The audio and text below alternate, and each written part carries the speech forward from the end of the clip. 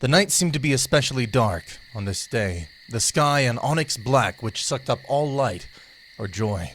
The only illumination the four shivering stranded men had was the moon, and a tiny dying torch that Jaloff had pulled out of his coat pocket. Where the fuck are we? Jackson muttered. Rushy, get out the map. Rushy nodded, grinning to himself, and pulled out a crinkled piece of paper. It's not a map, Rushy. Sighed Jabber, a tall, handsome leader with a smooth man bun. It's a green crayon drawing of a train. Anyway, it must be nearly there. The path straight ahead. The boys looked knackered, to say the least. They hadn't slept properly in days, kept company only by a pathetic holy tent, Rushy's infinite tea stash, and Jabber's witty comments. They were good friends, had been for years, and when the government ordered them to kill the infamous Lestroff, there was no going back. He was a well-known American outlaw who had come here to kill, and he had to be stopped. Jackson offered everyone a sip of the mysterious alcohol in his flask, but chugged it anyway before anyone could reply. He was an odd but endearing kind of guy, with a shaved head. Jaloft, on the other hand, was an enigma to all. It seemed like he lived a double life, appearing and vanishing like a magician's rabbit. Jabber looked around him, and chuckled when he saw he was gone. Hide and seek, Jaloft? They reached a dirt clearing where there was a dingy wooden hut sinking into the earth, surrounded by a moat of thick green swamp water. Jabber and Jackson held their breath and charged through it, large fish circling around them and nipping at their legs. Meanwhile, Rushy had used his paper stash to create a surprisingly effective train boat and rowed across, algae-free. The three of them reached the door hesitantly. God, I hope Jay comes back soon, said Jackson. He always does, said Jabber. They swung the door open violently, and Rushy let out a gasp. Jaloft was tied to the wall with tough rope. In front of him, guarding, stood a buff man, 7 feet tall, whiskey in one hand, and a shotgun in the other. You must be Lestroff. Yes, sir. I sees I got your buddy here. He pulled a knife out on me. Me, Lestroff. Seems we had a little misunderstanding, Yeah, a misunderstanding. Panicked Jaloff. He was a typical fantasy cowboy, hat, boots, and all. Suddenly, Lestroff coiled over as something shot into his eye, one of Rushy's crayons. Jackson pulled out his pocket knife and begun to untie Jaloft. Jabber undid his man bun to reveal his luscious locks and lassoed around Lestroff's neck. It only took one bullet to end him. Feeling victorious, Jaloft used his muscles to dump the body into the swamp, where fish would gnaw on his corpse bones until he was just a pile of skeletal remains. A few hours later, the boys had forgotten what had happened at all. Sunrise was peeking through the grimy curtains, and Jackson was snoring loudly, laid flat on the table after devouring Lestroff's whiskey stash.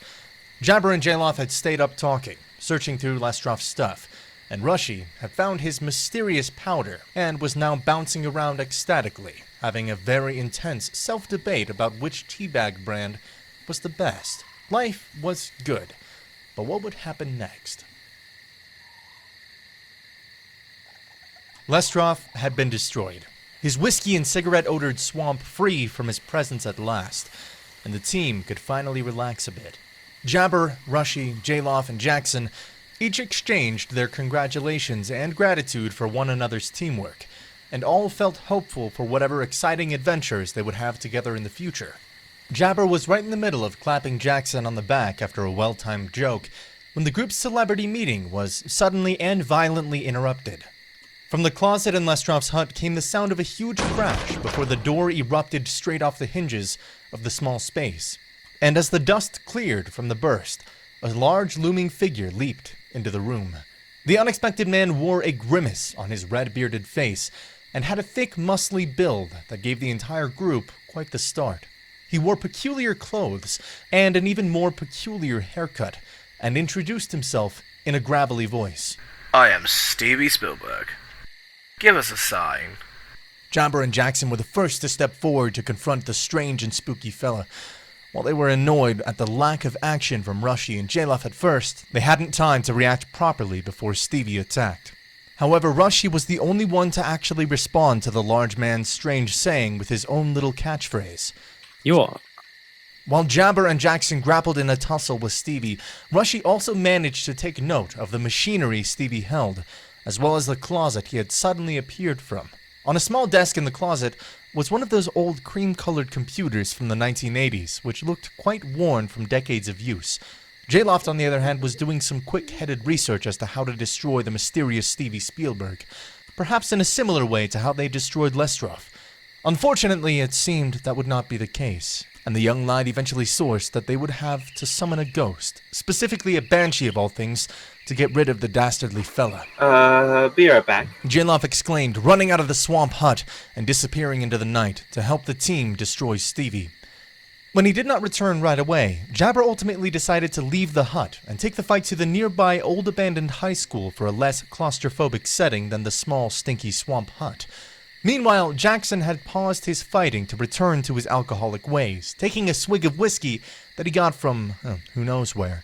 And Rushy had also taken the opportunity to stop his closet leering for a cup of his favorite Yorkshire tea before the group moved out. At the old high school, Stevie continued to repeat his odd phrasings like, Where are you? Give us a sign. while smashing in the general direction of Jabber, Jackson, and Rushy. Something was definitely off about the hulking fella, no doubt about it. Eventually, J-Loft returned, and after standing around awkwardly for a bit, waiting for a good moment to intervene in Jabber and Jackson's prolonged quarrel with Stevie, he cleared his throat to get the others' attention. Rushy, cup of tea still in hand, was the first to notice the younger man. You what? The nerdy man asked with a soft grin on his face, not really expecting an answer. J-Loft rolled his eyes and didn't respond, in keeping with Rushy's expectations, instead revealing the banshee he had managed to collect while he was out. Finally, they could kill Stevie Spielberg. However, before the destroying could commence, Stevie managed to get in a rather good punch in the face of a half-drunken Jackson, who had spent more time nursing the whiskey bottle than he meant to, per usual. The heavily built man fell to the cracked, dusty floor of the old school with a proper thump. Stevie Spielberg, who prior to this moment didn't pose a huge threat, other than scaring the group with his huge physical size, and perhaps creating an annoyance for Jabber and Jackson to take on during their celebrations, suddenly and violently again revealed his true nature. He loomed over Jackson, still under the effects of the alcohol he was so dependent on, and knelt on the floor near him. He began to tear at poor Jackson's flesh and began to consume the unfortunate soul. Jabber and Rushy tried their best to pull the huge man off Jackson, but were swatted away like flies by the cannibalistically enraged villain. They could see the light fading fast from Jackson's eyes, but before he passed on forever, he managed to mutter a final somber phrase as Stevie continued to devour him to death. I've gotten the chomp. Oh, Jesus. Jackson coughed out, struggling for breath, reaching into his pockets as best as he could, pulling out an old pair of dentures. Here, give Deirdre her dentures back. Jabber, J-Loft, and even Rushy were teary-eyed as the dentures were tossed to them, and they saw their friend take his last breath. The devouring continued for a few moments, Stevie grumbling and groaning as he took his gruesome fill from Jackson's body. The group, one person smaller, agreed that they would carry out Jackson's dying wish if it was the last thing they would do. Finally, J-Loft prepared the ghostly banshee, which distracted Stevie, as he knew it would destroy him soon. The banshee swirled around Steve's large form a few times, scaring the man into an unseemly frozen stature before it collided with him and led him to implode into nothingness. Stevie Spielberg was destroyed, and Jackson was avenged. The group had yet another opportunity to celebrate, this time with a much more bittersweet ending.